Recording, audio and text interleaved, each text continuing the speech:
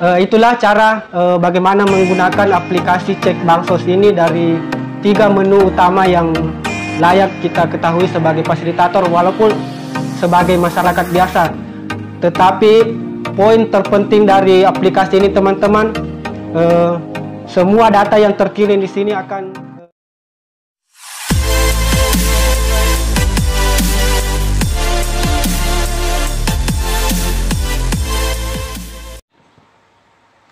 Assalamualaikum warahmatullahi wabarakatuh.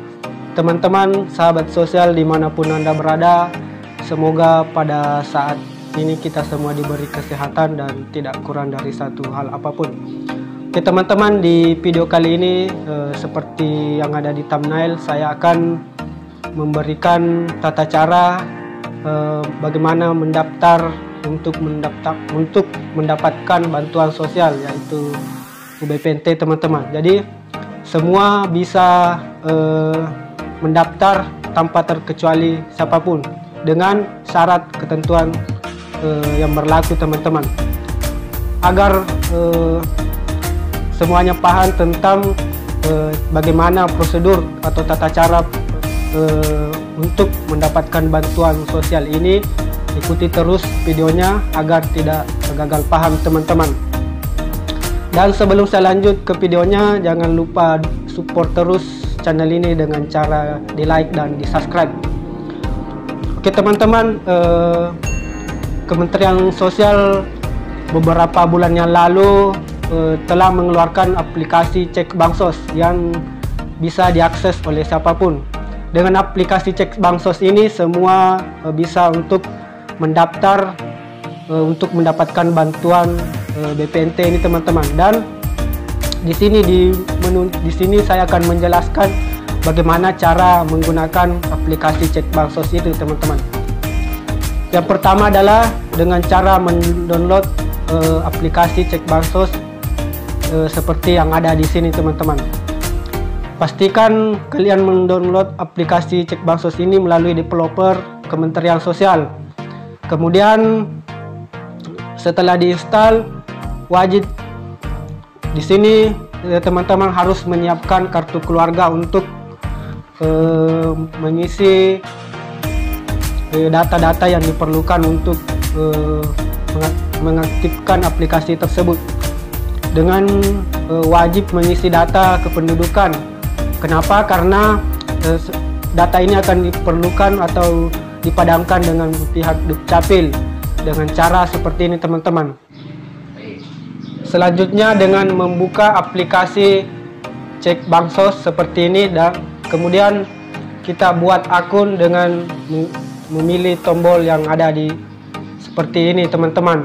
Kemudian mengisi identitas yang diperlukan di sini, mengisi nomor KK, kemudian nomor NIK, nama lengkap, provinsi, kabupaten atau kota, kemudian kecamatan, kelurahan dan desa, dan selanjutnya adalah alamat. Dan yang tak kalah penting lagi adalah nomor ponsel dan username yang akan digunakan untuk login di aplikasi ini teman-teman.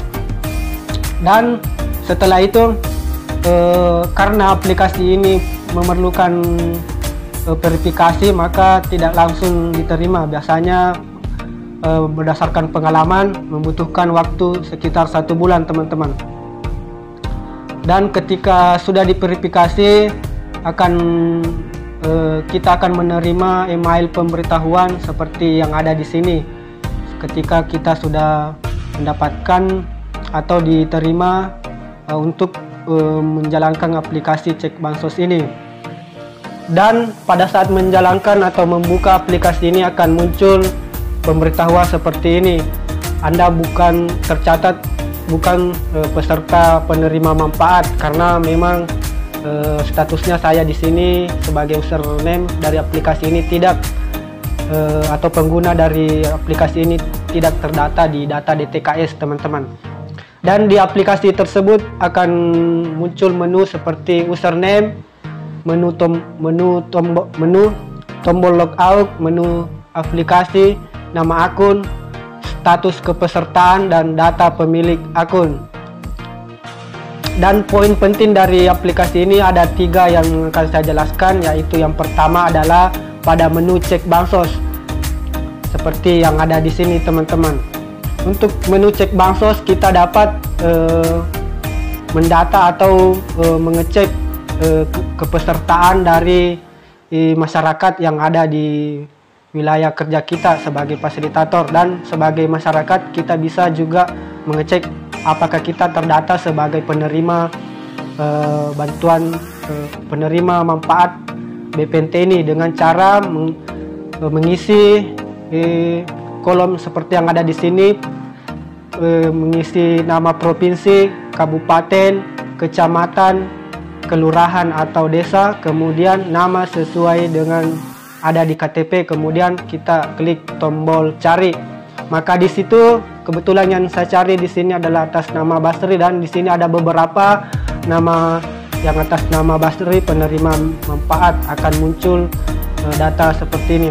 Kemudian saya lihat dari segi kekurangan teman-teman, di sini tidak ditampilkan nick, maka harus secara teliti apakah nama tersebut betul-betul penerima manfaat dengan mencocokkan identitas KTP-nya, karena di aplikasi ini kekurangannya tidak terdapat nomor nicknya seperti teman-teman.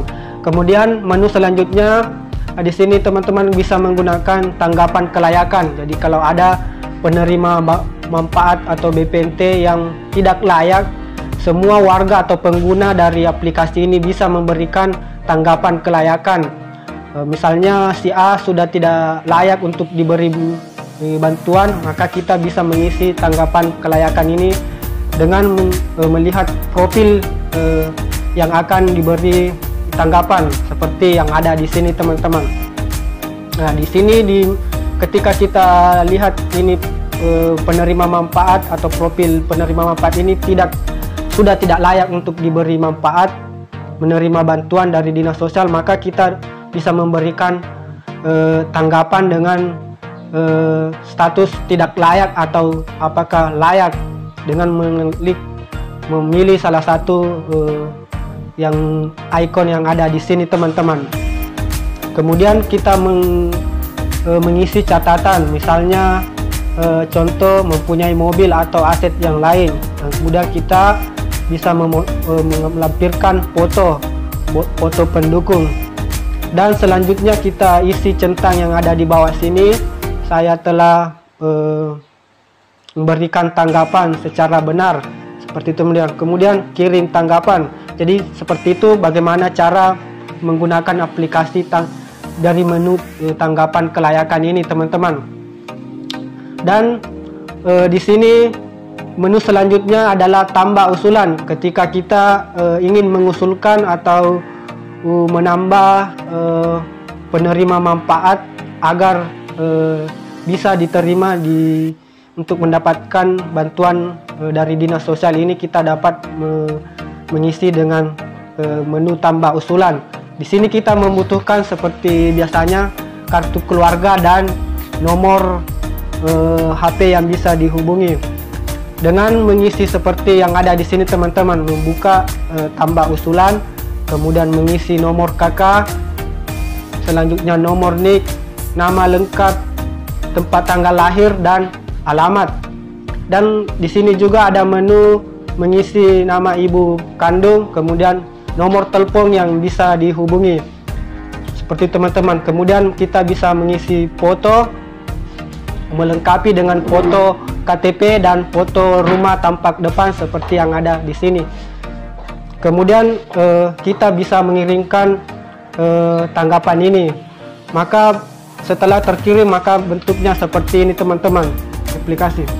Kemudian itulah cara bagaimana menggunakan aplikasi cek bansos ini dari 3 menu utama yang layak kita ketahui sebagai fasilitator walaupun sebagai masyarakat biasa. Tetapi poin terpenting dari aplikasi ini teman-teman, semua data yang terkirim di sini akan terdata di server kabupaten. Jadi kalau di kabupaten saya, khususnya di Kabupaten Kolaka, akan dikembalikan data ini, akan dikembalikan di fasilitator SLT sebagai verifikator yang ada di desa untuk memverifikasi apakah betul-betul warga itu layak untuk menerima manfaat, dengan tentunya memperhatikan syarat kelayakan untuk menerima manfaat yang sudah saya upload videonya di beberapa bulan yang lalu. Nanti akan saya lampirkan di kolom deskripsi seperti teman-teman. Jadi walaupun semua warga atau masyarakat bisa menerima atau mengusulkan dirinya ataupun tetangga dan keluarganya untuk mendapatkan bantuan, tetapi tetap diverifikasi di kabupaten dengan mengembalikan ke fasilitator SLT. Jadi cara kerjanya untuk aplikasi cek bansos yang ada di kabupaten saya seperti itu. Dan teman-teman kalau mempunyai keluhan dan yang ingin ditanyakan mengenai penerima manfaat dari dinas sosial ini, bisa coret-coret di kolom komentar. Insya Allah akan dibalas di video selanjutnya. Dan semoga bermanfaat. Saya ucapkan terima kasih banyak. Assalamualaikum warahmatullahi wabarakatuh.